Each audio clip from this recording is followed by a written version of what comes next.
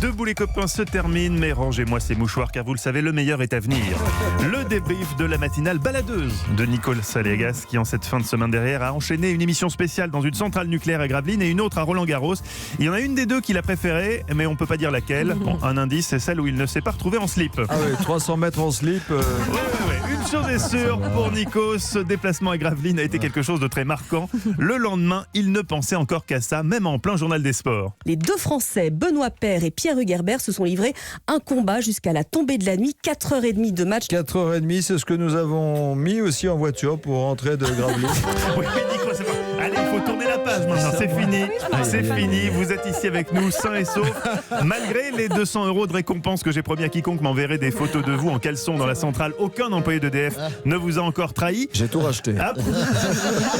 C'est À propos d'EDF, j'aimerais d'ailleurs saluer votre flegme mercredi dernier alors que vous étiez dans la centrale nucléaire et qu'Axel de Tarlet, notre expert éco, était lui bien planqué en studio à Paris. Vous avez réussi à enchaîner malgré son édito anti-nucléaire, sachant que qui se trouvait à vos côtés, ce n'était pourtant pas simple. Le nucléaire est devenu une technologie très compliquée, toujours dangereuse et beaucoup trop coûteuse. Eh bien écoutez, arrêtons les frais. Merci Axel de Tarlet pour le Zoom Éco. Vous étiez attentivement écouté par le PDG d'EDF, Jean-Bernard Lévy, qui est avec nous.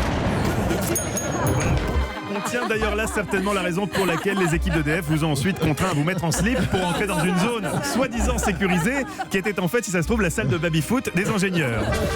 Le patron d'EDF vous aurait fait payer le prix de l'insolence d'Axel de Tarlet. Représailles inutiles, car ceux qui vous connaissent bien savent que vous mettre en slip n'a jamais été un problème. Laitier, maman. Tout roule Raoul.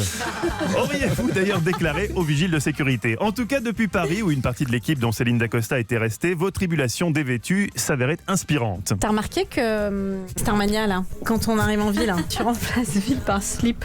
Quand on arrive en slip, ça marche. Oui, une Ça marche belle très bien, déloque. Une belle On déloque. arrive de nulle part. Et on fait peur à voir. Et plus globalement, une très belle semaine placée sous le signe de l'info et de la culture générale. Comme on a pu le constater mardi au détour d'une chronique innovation d'Anissa Mbida où il était question du dieu des vents. Dieu que chacun dans l'équipe connaissait bien sûr, sauf que personne ne parlait du même. Je vous emmène rencontrer Zéphyr, le dieu grec du vent. Il y a Éole aussi. Oui, mais c'est le romain, lui. Non, c'est le grec. Éole, c'est le grec. Et Zéphyr, c'est qui alors? Bah, c'est un cousin. Zéphyr, c'est le chien de mon voisin déjà. Allez, je vous laisse. J'ai rendez-vous chez Hermès, un type qui fait des sacs.